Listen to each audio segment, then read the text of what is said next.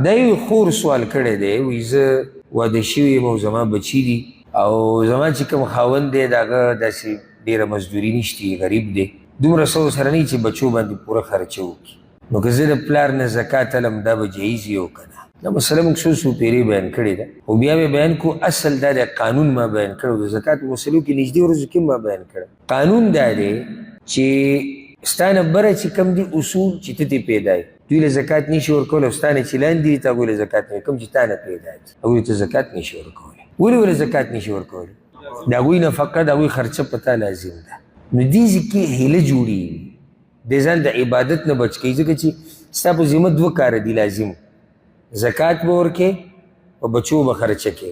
نو ته چې بچو له هغه زکات ورکې نو هغه ته خرچه او زکات جمع کړو، نو دوه خبرې دې په یو ځای کې را جمع کړي، حالانکه دواړه جدا جدا حقونه.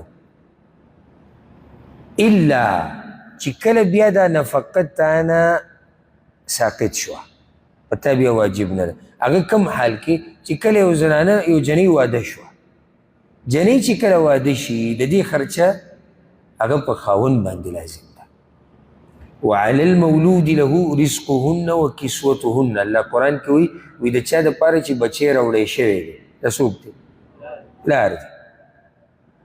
دی به د دې ښځې او د دې بچي جوړه جامه او خوراک دا په ده باندې دي. کله چې لور واده شي په پلار باندې انفاق او په دې نفقه لازم نه ده. او بیا دا لور خاوند چې دی هغه غریب دی او د هغه سره دومره څه نه وي چې یو بچو باندې او په ښځه خرچه کړي، نو جایز دي پلار له چې دغه کور له زکات ورکړي، او هغوی له هم جایز دي چې هغوی دا زکات واخلي. زموږ سره بیا زیاتي دا نصیحت دی چې لازم نه دی چې هغه زکات څومره، لکه زکات 500 روپۍ ده، سړی 500 روپۍ ورکوي، 1000 ورکه 1500 2000، هغه زیاتي ورسره هغه ستا زیاتي صدقه شي. او دا هم زما یو نصیحت دی ټولو رونو ته، مشرانو کشرانو ته، چې دا لونه او خویندې د دوی قصه په دې ځای باندې صرف مه ختموئ چې دا واده شو قصه ختمه شو.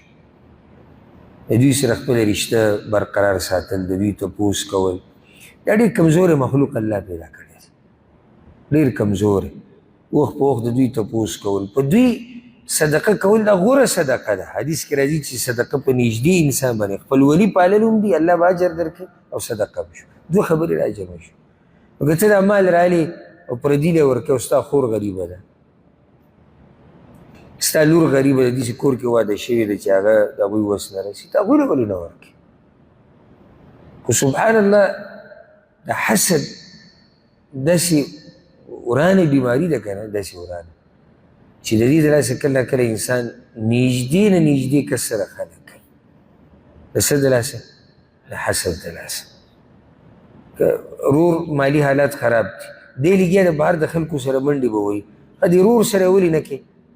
نو زړه کې دا دي شیطان ورته اچولي که دا ورور زما نه ښه شي، دی خو به په ارام شي. داسې شتي ګورئ، داسې څه خیالي قصه یا خبره نه کوم، همدغه شان شتي. نو کوشش دا کوي چې د خپلو خپلوانو تپوس کوئ، د هغوی خواله ځئ راځئ، په دې به الله تاسو له اجر د صدقې هم درکوي او اجر د خپلولۍ د پاللو هم درکوي.